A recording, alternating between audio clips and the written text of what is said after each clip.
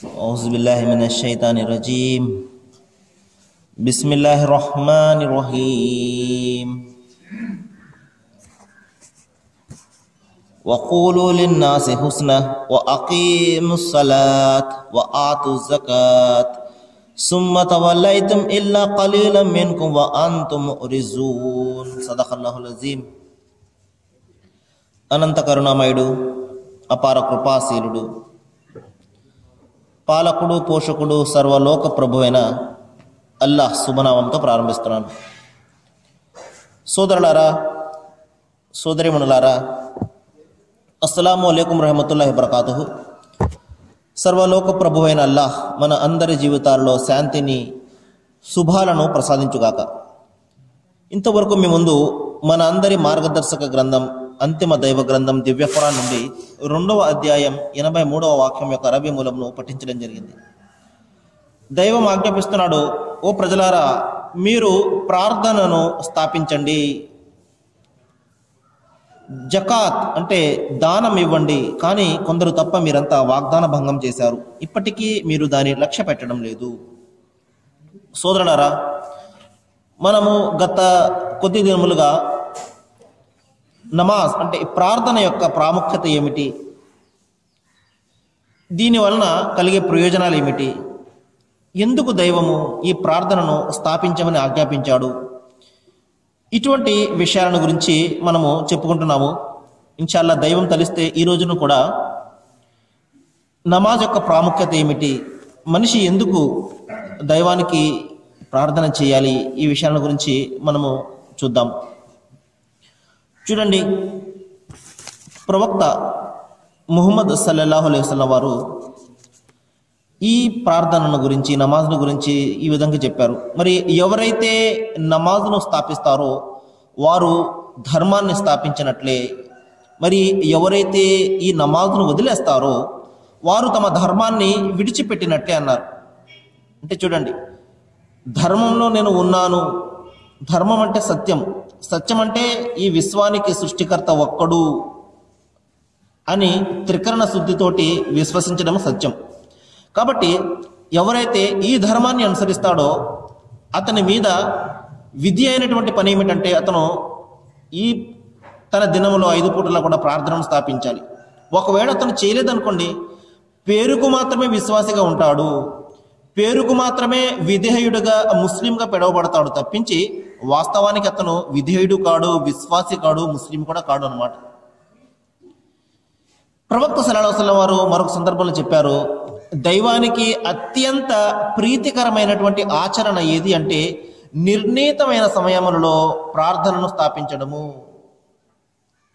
ఈ ప్రపంచ మాయాజాలంలో పడకుండా ఎన్ని పనులు ఉన్నప్పటికీ కూడా అతను తన జీవితంలో 5 పూటలా కూడా ప్రార్థనను స్థాపిస్తాడో అది దైవానికి అత్యంత ఇష్టమైనటువంటి పని.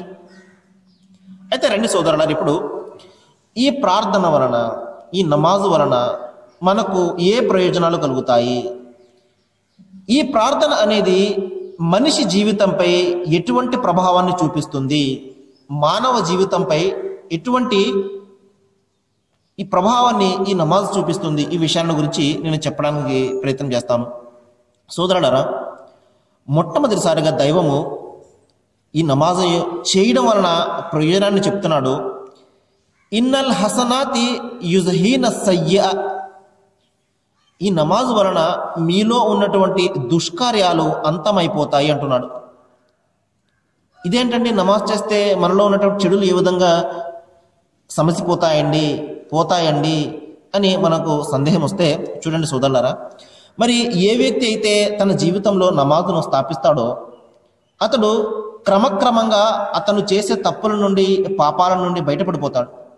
ఉదాహరణకు చూడండి, ఒక వ్యక్తికి మద్యపానం అలవాటు ఉందనుకోండి, అతను నమాజును కానీ స్థాపించాడు అనుకోండి, మరి అతని మనసులో ఒక రకమైనటువంటి భయం కలుగుతుంది. అరే, నేను నమాజును చేస్తున్నానే, ప్రార్థనను చేస్తున్నానే, ఈ విధంగా దైవము ఈ మద్యపానాన్ని నిషేధించాడే, నేను ప్రార్థనలు చేస్తూ ఈ విధంగా మద్యపానాన్ని ఎలా సేవిస్తాను అని మెల్లిగా అతను ఆ మద్యపానాన్ని ఆపివేయడం జరుగుతుంది.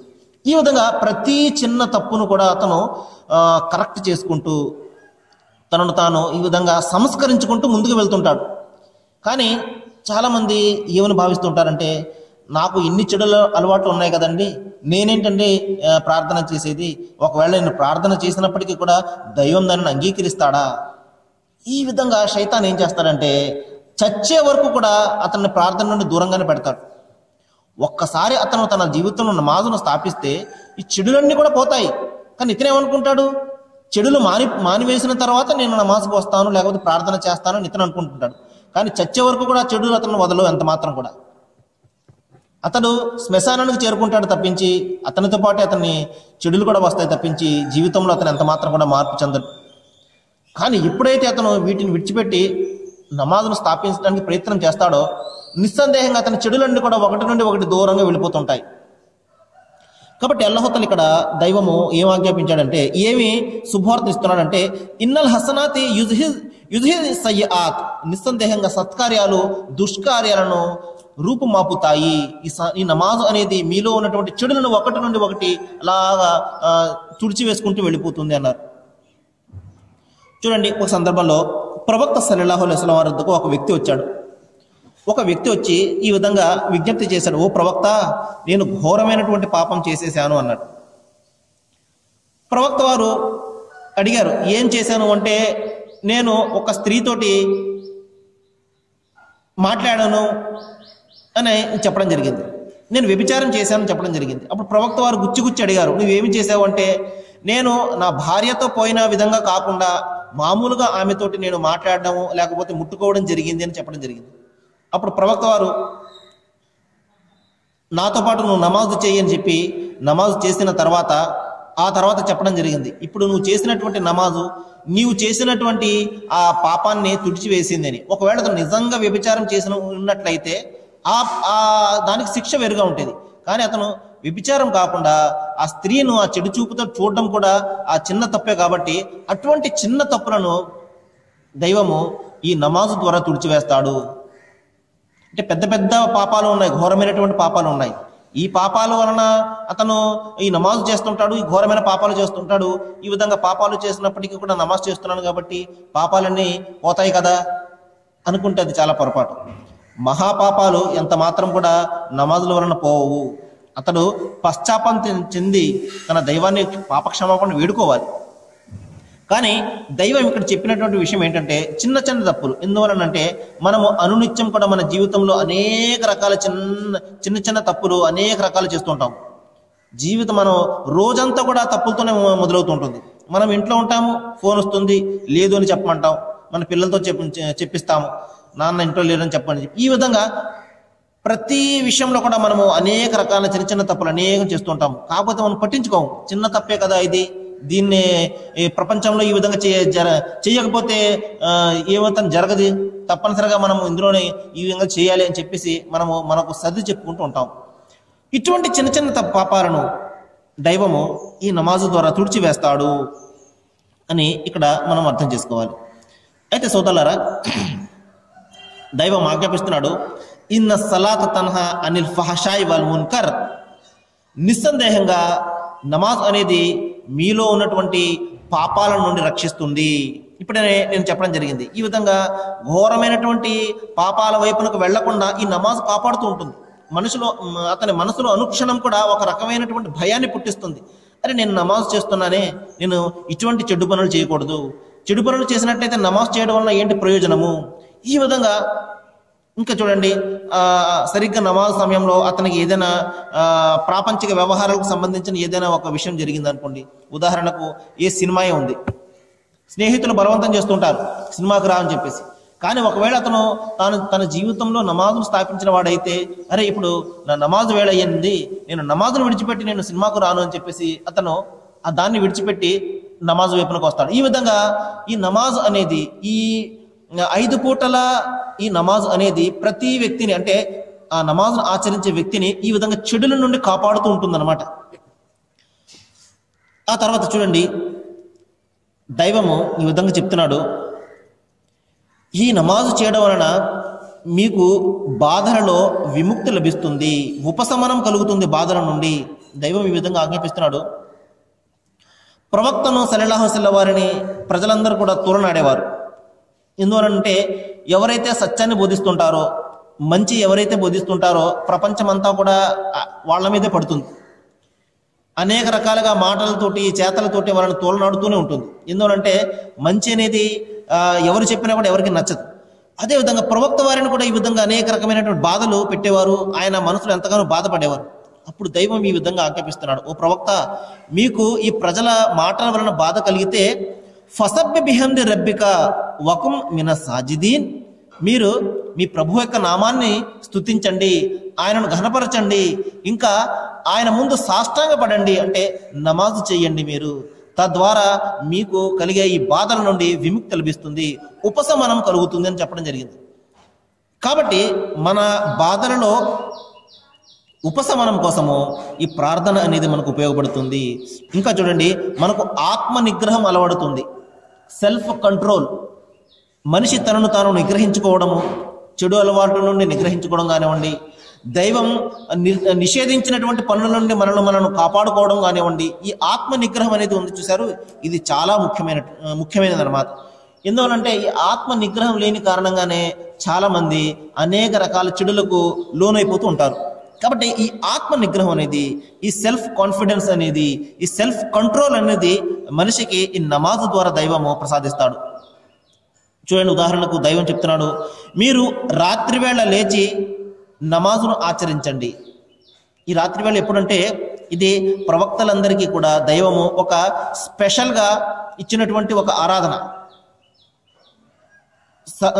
సమస్త విశ్వాసులకు కూడా 5 పూటల నమాజును దైవం విధిస్తే ప్రవక్తలకు 6 పూటలను విధించడం జరిగింది. ప్రపంచమంతా కూడా మత్తుగా నిద్రపోతున్నప్పుడు తెల్లవారుజామున 3 గంటలకు లేచి 3 గంటలకు అంటే ప్రపంచం అంతా కూడా అప్పుడు చాలా మొత్తైనటువంటి నిద్రలో ఉంటుంది. అటువంటి సందర్భంలో లేచి దైవాన్ని ఆరాధించడం అనేది దైవానికి అత్యంత ఇష్టమైనటువంటి ప్రీతికరమైనటువంటి కార్యం అన్నమాట. దాని గురించి ఇక్కడ ఆజ్ఞాపిస్తున్నాడు, మీరు ఓ ప్రవక్త, మీరు రాత్రి వేళ లేచి నమాజు ఆచరించండి, తద్వారా ఇది మనసును అదుపులో ఉంచుకోవడానికి ఎంతగానో ఉపయోగపడుతుంది. మీరు ఖురాన్ను పఠించడానికి అనువుగా ఉంటుంది. ప్రపంచం అంతా నెమ్మదిగా ఉన్నప్పుడు, నిద్రపోతున్నప్పుడు, నెమ్మదిగా ఉన్నప్పుడు, ఆ ప్రశాంతమైనటువంటి వాతావరణంలో మీరు ఈ విధంగా దైవాన్ని ఆరాధించడము, దైవం యొక్క గ్రంథాన్ని పారాయణం చేయడము అనేది మనసుకు ఒక రకమైనటువంటి నిగ్రహ శక్తిని ప్రసాదిస్తుంది. కాబట్టి ఈ నమాజ్ అనేది మనిషికి కాన్ఫిడెన్స్ని ఇస్తుంది, నిగ్రహ శక్తిని ప్రసాదిస్తుంది. తద్వారా తనను తాను రక్షించుకోవడానికి, చెడుల నుండి అతను బయటపడడానికి, చెడుల వైపు వెళ్లకుండా ఉండడానికి అతనికి అది సహకరిస్తుంటూ ఉంటుంది అన్నమాట. చూడండి, ఇంకా ఈ నమాజును గురించి, నమాజ్ యొక్క ప్రాముఖ్యతను గురించి ప్రవక్త ముహమ్మద్ సల్లల్లాహు అలైహి వసల్లం వారు కొన్ని ప్రవచనాలు ఈ విధంగా చెప్పారు. చూడండి, మీ ఇంటి ముందు కాలువ ప్రవహిస్తూ ఉన్నప్పుడు మీరు అందులో స్నానం చేస్తే మీ ఒంటి మీద మురికి ఏదైనా మిగిలి ఉంటుందా అన్నారు తన శిష్యులను. అప్పుడు శిష్యులు అన్నారు, ఓ ప్రవక్త, ఒంటి మీద మురికి ఏ విధంగా ఉంటుంది, మరి స్నానం చేశాం కదా, మురికంతా పోతుంది కదా అని చెప్పారు. మరి అదే 5 పూటల్లో కూడా మీరు స్నానం చేసినట్లయితే మీ ఒంటి మీద మురికి ఏదైనా బాకీ ఉంటుందా, మిగిలి ఉంటుందా అన్నారు. ఓ ప్రవక్త, ఒక్కసారి స్నానం చేస్తేనే మురికంతా కూడా పోతుంది, మరి అటువంటి సందర్భంలో 5 పూటలా కూడా మనిషి స్నానం చేస్తే ఎంత పవిత్రంగా ఉంటాడు, ఎంత శుభ్రంగా ఉంటాడు కదా అన్నారు. ప్రవక్త వారు అదే చెప్పారు, ఈ 5 పూటల నమాజ్ కూడా ఇదే విధంగా మిమ్మల్ని పరిశుద్ధులను చేస్తుంది, మిమ్మల్ని పవిత్రులను చేస్తుంది, చెడుల నుండి రక్షిస్తూ ఉంటుంది మిమ్మల్ని అనుక్షణం కూడా. ఉదాహరణకు చూడండి, పొద్దున్న పూట ప్రార్థన చేసిన వాడు మధ్యాహ్నం వరకు కూడా అతను అనేక రకమైనటువంటి ప్రాపంచిక వ్యామోహాల్లో పడిపోయి ఏదైనా చిన్న చిన్న తప్పులు చేసినప్పటికీ కూడా వెంటనే సంభాళించుకుంటాడు, అరే నేను నమాజ్కు వెళ్ళాలి అని చెప్పేసి, అరే నేను నమాజ్ చేస్తున్నాను, ఇటువంటి అబద్ధ పలుకులు నేను పలకకూడదని అతను సంభాళించుకుంటాడు. అరే నేను నమాజ్ చేస్తున్నాను, నా సాటి వ్యక్తులు నేను మోసం చేయకూడదు అని చెప్పేసి అతను సంభాళించుకుంటాడు. ఈ విధంగా అనుక్షణం కూడా అతనిని రక్షిస్తూ ఉంటుంది అనమాట. అదేవిధంగా ప్రవక్త వారు 5 పూటల ఈ ప్రార్థన అనేది మిమ్మల్ని పరిశుద్ధులుగా చేస్తుంది, మీ ఆత్మకు పట్టినటువంటి మాలిన్యాన్ని పరిశుద్ధం చేస్తుంది. ఏ విధంగా అయితే సబ్బు మీ శరీరానికి పట్టినటువంటి మాలిన్యాన్ని శుభ్రం చేస్తుందో అదేవిధంగా ఈ ప్రార్థన అనేది మీ మనసుకు పట్టినటువంటి మాలిన్యాన్ని తుడిచివేసి మిమ్మల్ని పవిత్రులుగా చేస్తుంది అని చెప్పేసి ఇక్కడ ప్రవక్త వారు చెప్పడం జరిగింది. ఇంకా ప్రవక్త వారు చెప్పారు, ఈ ప్రార్థన అనేది నా కంటి చలువ, అంటే నాకు అత్యంత ఇష్టమైనటువంటి కార్యము, దైవానికి దగ్గర చేసేటటువంటి ఇది. ఎందుకంటే ఈ ప్రార్థనలో, ఈ నమాజ్లో ఈ దాసుడు తన దైవంతో సంభాషిస్తూ ఉంటాడు, తన దైవంతో మాట్లాడుతూ ఉంటాడు, తన యొక్క కష్టాలను అతను దైవానికి మొరపెట్టుకుంటూ ఉంటాడు, విన్నపాలు చేసుకుంటూ ఉంటాడు. ఈ విధంగా తన బాధల్లో సహాయం కోసం దైవాన్ని అడుగుతూ ఉంటాడు. ఈ విధంగా దైవానితో పూర్తిగా అనుసంధానమే ఉంటాడు, సంబంధాన్ని కలిగి ఉంటాడు అనమాట ఈ నమాజ్ అనేది. కాబట్టి దైవానికి దగ్గర చేర్చే సాధనం. అందుకనే ప్రభుత్వం వారు చెప్పారు, ఈ నమాజ్ అనేది నాకు అత్యంత ఇష్టమైనటువంటి పని. ఇంకా ప్రవక్త వారు చెప్పారు, ఎవరైతే చీకట్లలో నమాజుకు వెళ్తుంటారో వారికి దైవము ప్రళయం నాడు వెలుగును ప్రసాదిస్తాడు అని చెప్పారు. చీకట్లలో నమాజు అంటే తెల్లవారుజామున నమాజు మరియు రాత్రి నమాజు. ఈ రెండు నమాజులు కూడా చీకటి కమ్ముకుంటూ ఉంటుందన్నమాట. కానీ చీకటి కమ్ముకున్నప్పటికీ కూడా, ఎందుకంటే ఈ ప్రస్తుత ప్రపంచంలో మనకు లైట్లు ఉన్నాయి, కానీ ఆ రోజుల్లో అయితే చాలా చీకటిగా ఉండేది, లైట్లే ఉండేవి కావు. అటువంటి సందర్భాల్లో ఎవరైతే నమాజుకు వస్తారో ప్రవక్త వారు చెప్పారు, మరణం తర్వాత మనిషి ప్రళయ దినాన్న లేపబడతాడు. మరి ఆ దినాన్న అతను ఒక భయంకరమైనటువంటి వంతెనను దాటవలసి ఉంటుంది. ఆ వంతెన అనేది నరకం మీదుగా ఉంటుందన్నమాట. స్వర్గానికి పోవాలంటే ఆ వంతెనను దాటవలసి ఉంటుంది. ఆ వంతెన అంటే మన బ్రిడ్జ్ లాగా అది విశాలంగా ఉండే పరిస్థితి కాదు. మరి ఎంతగా ఉంటే కత్తి లాంటి పదును ఉంటుంది, మరి చాలా సన్నంగా ఉంటుంది. మరి ఎవరైతే ఆ వంతెన మీద నుండి వెళ్తుంటాడో అతను చేసిన కర్మలు ముళ్ళ చెట్లు మాదిరిగా అటు ఇటు కూడా కాసుకుని కూర్చుని అతనిని లాగివేసి నరకంలో పడివేస్తుంటాయి. అక్కడంతా కూడా కట్టికమైనటువంటి చీకటి ఉంటుంది. ఆ వంతెనను పుల్ సిరాత్ అంటారు. మరి ఈ వంటను దాటడం కోసము ఎవరైతే ఈ ప్రపంచంలో నమాజును ఆచరిస్తాడో, ఈ ప్రపంచంలో చీకట్లలో మస్జిద్కు వెళ్తాడో, దైవం అక్కడ అతనికి వెలుగును ప్రసాదిస్తాడు. ఆ వంతెన మీద అతనికి టార్చ్ లైట్ మాదిరిగా అతని చేసినటువంటి నమాజు అతనికి వెలుగును చూపించి దారిని చూపిస్తుంటుంది అనమాట. ఈ విధంగా మన ప్రపంచంలో కూడా ఈ ప్రార్థన అనేది చెడుల నుండి రక్షిస్తూ ఉంటుంది, మన జీవితాలలో శుభాలను వెలుగును ప్రసాదిస్తూ ఉంటుంది. మరణం తర్వాత కూడా మనకు ఆ కఠినమైనటువంటి చీకటిలో మనకు వెలుగును ప్రసాదిస్తుంది అనమాట. ఇంకా చూడండి, ప్రవక్త వారు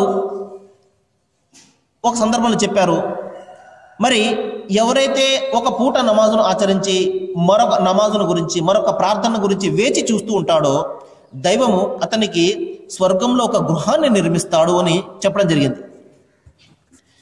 చూడండి, మనం ఇక్కడ ఇళ్లను నిర్మించుకుంటుంటాం, చాలా కష్టపడి డబ్బులు సంపాదించుకుని మరి మనకు కావలసినటువంటి సౌకర్యాలతో ఇళ్లను నిర్మించుకుంటుంటాం. కానీ సోదరుల దురదృష్టవశాత్తు మనము అందులో పర్మనెంట్గా ఉండే అవకాశం లేదు. ఏదో ఒక రోజున అన్ని కూడా విడిచిపెట్టి వెళ్ళిపోవాల్సి ఉంటుంది. ఎంతగా మనం ఎన్ని కోట్లు ఖర్చు పెట్టి ఇక్కడ ఇళ్లను మనం నిర్మించుకున్నప్పటికీ కూడా మనం కలకాలం ఉండే పరిస్థితి ఉండదు. ఎప్పుడు ఆ మృత్యుదేవత వచ్చి మనను లేపి, పద నీ సమయం అయిపోయింది, నువ్వు దైవతకు వెళ్ళాలి అని ఎప్పుడైతే పిలుస్తాడో అన్నీ కూడా విడిచిపెట్టేసి వచ్చేసే పరిస్థితి మంది.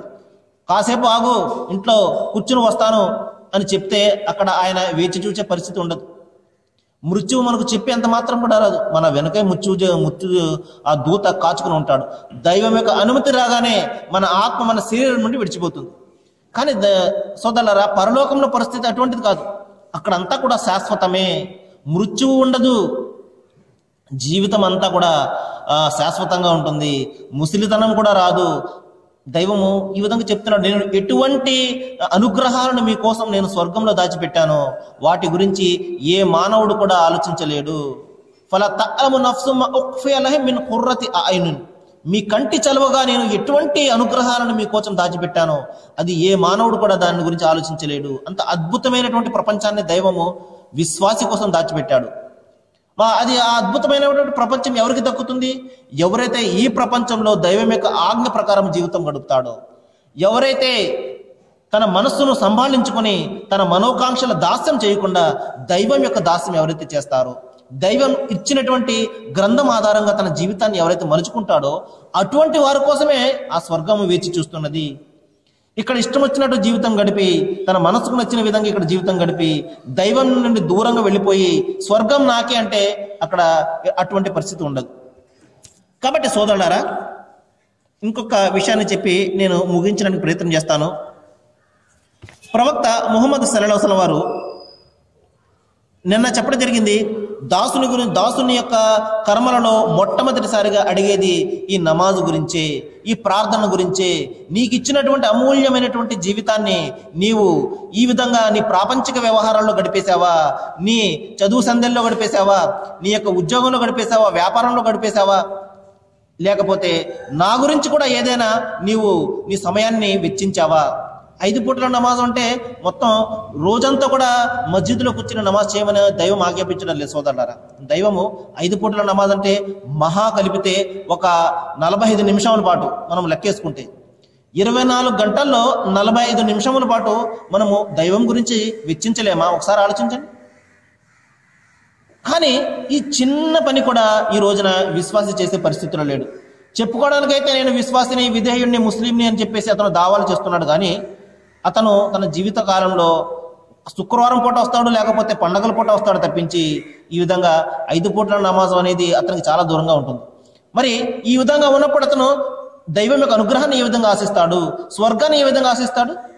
కాబట్టి సోదరులారా, ఈ ప్రార్థన అనేది మనిషిని దైవానికి దగ్గరగా చేస్తుంది, స్వర్గానికి దగ్గరగా చేస్తుంది, నరకానికి దూరంగా చేస్తుంది అన్నమాట. సోదరులారా, మరొక విషయం నేను మీకు జ్ఞాపకం చేస్తున్నాను. ఈరోజు శుక్రవారము 9 నుండి 9:30 గంటల వరకు మన సిసిసి ఛానల్లో ఖురాన్ యొక్క సందేశము అనే ప్రోగ్రాం వస్తుంది. మీరు అందరూ కూడా మీ యొక్క అమూల్యమైనటువంటి సమయాన్ని అది చూడడం కోసము కాసేపు వెచ్చించండి. మంచి విషయాలు అందులో వస్తాయి. మరి దాని పక్కన ఒక ఫోన్ నెంబర్ కూడా ఉంటుంది.